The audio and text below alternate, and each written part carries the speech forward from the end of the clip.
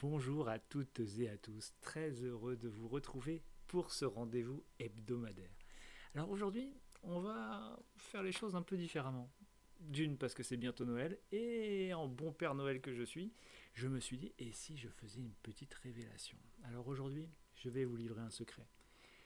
Un des éléments de la recette du nouveau Phase Manager, que vous découvrirez en 2024, désolé, pas avant. Mais bon, pour vous, j'ai pas trop le droit, mais je vais quand même le faire.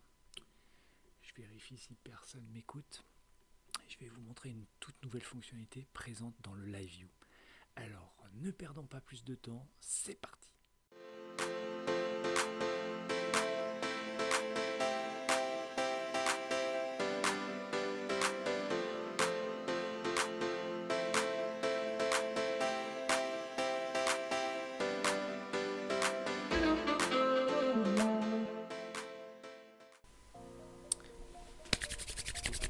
Nous y sommes. Bienvenue dans le nouveau Phase Manager. Alors celui-ci n'est pas encore commercialisé, vous l'aurez compris. On va tout de suite s'intéresser à un sujet, le Live View. Qu'est-ce qui a pu changer dans le Live View? Eh bien, je vais vous le dire. On clique sur le Live View et là, qu'est-ce qu'on voit? On voit toujours la fenêtre comme avant, avec derrière, on voit la timeline qui s'affiche sur le Gantt de façon à animer dynamiquement notre phasage. Pour ceux qui ne connaissent pas, je clique sur Play et je vois des choses se passer, c'est génial. Ok. Maintenant, nous allons nous intéresser au mode montage qui est ici. D'accord. Personne ne voit grand changement pour le moment. J'ai préparé un montage. Je clique sur Play et puis voilà, mon phasage se déroule. Alors, pour aller un peu plus vite, si je déplace un petit peu ma timeline, on va voir qu'ici, hop, je fais un changement, je vais zoomer sur une zone particulière de mon projet. Ok, et je vois les activités se dérouler. Très bien. Jusqu'ici, tout va bien, je suis plutôt content. La nouveauté réside surtout dans cet aspect-là. On va avoir ici un nouveau bouton dans lequel on va pouvoir ajouter des nouveaux éléments. Commençons par la timeline. Je vais ajouter ma nouvelle timeline, elle apparaît ici, et à l'intérieur de cette timeline, avec un clic droit, je vais pouvoir ajouter une séquence. Cette séquence est ajustable en temps, je peux la mettre du début à la fin, ou simplement sur une partie par exemple. Je peux dire par exemple, tiens, j'aimerais qu'elle soit sur cette première phase, ici, d'accord. Et puis, à l'intérieur, quand je la sélectionne, j'aimerais voir plutôt une période. Donc on voit ici apparaître, ici, vous voyez, une période. Je peux choisir de changer la police, par exemple. Je vais passer en police bien visible, histoire que tout le monde comprenne bien ce qui se passe, d'accord. Et puis ici, je peux mettre une couleur de fond, évidemment, si je le veux. Je peux changer la police, évidemment, mettre en gras, etc. Peu importe. Je ne cherche pas spécifiquement à faire des choses très très jolies pour le moment, d'accord. Ce qu'on peut remarquer ici, hop, je vais vous montrer ici, quand on clique sur le plus ici, on peut mettre un fondu en entrée. Ça c'est assez intéressant, c'est-à-dire que le texte va apparaître en fondu et également disparaître en fondu. Okay. On peut se déplacer ici par exemple et faire un clic droit et ajouter une nouvelle séquence. Vous voyez que exactement au droit de mon clic, il y a une nouvelle séquence qui apparaît et qui remplit toute la zone postérieure. Donc là moi je vais prendre sur cette partie là, très bien, et ici je vais simplement afficher une date que je vais choisir pareil d'afficher en police assez importante, comme ceci. Voilà, je vais déplacer ma timeline pour qu'on ait un aperçu quand même. Voilà, elle est ici, et puis allez, pour qu'on voit la différence, je vais mettre ça en rouge, en gras, etc. Et donc là j'ai ma timeline qui va changer. Là ça va simplement être des dates. Ok, très bien.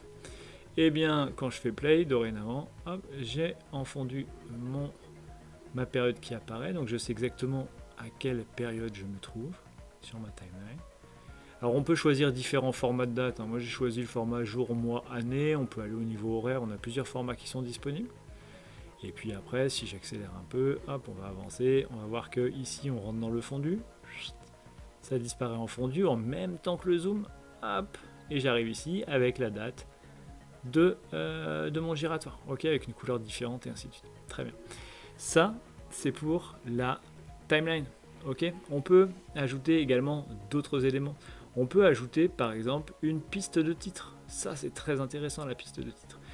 À tout moment, à n'importe quel endroit, je peux dire bah tiens ici, je vais ajouter une nouvelle séquence. Donc même chose que tout à l'heure, on peut retailler la séquence, on peut la mettre que sur une période donnée par exemple.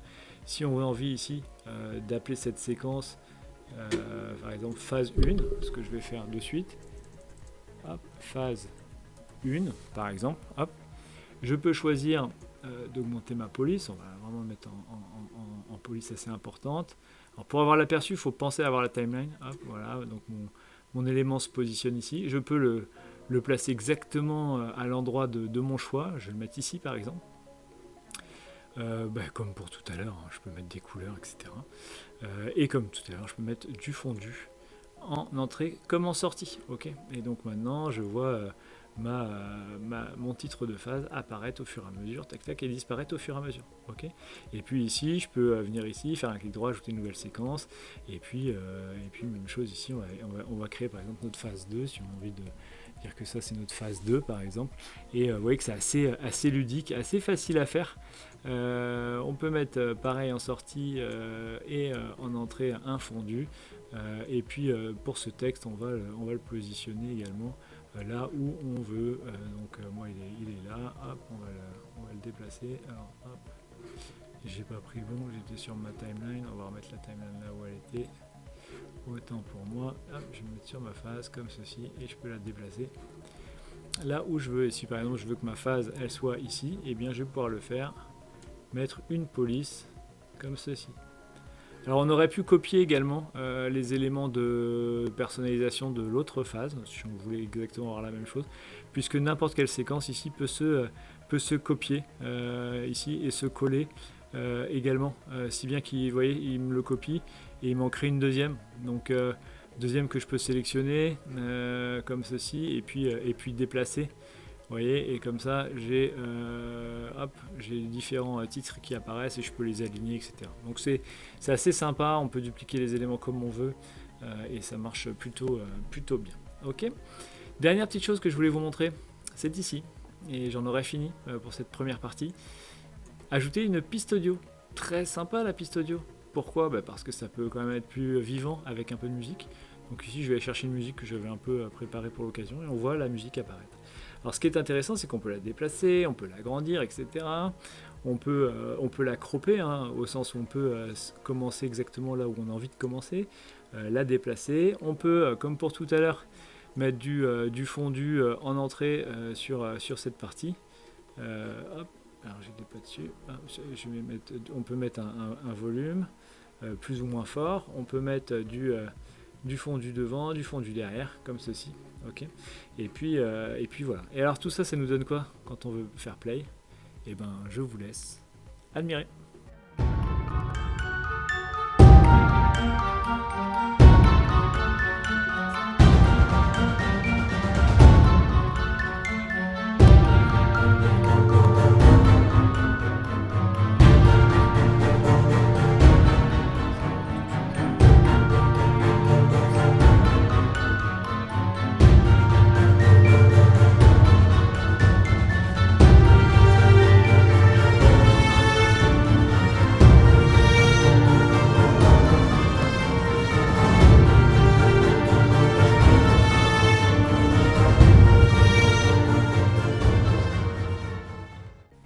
Voilà, j'espère que cette présentation vous a plu et vous a donné envie de découvrir un peu plus Phase Manager. Je reviendrai plus tard avec des nouvelles fonctionnalités. À très bientôt.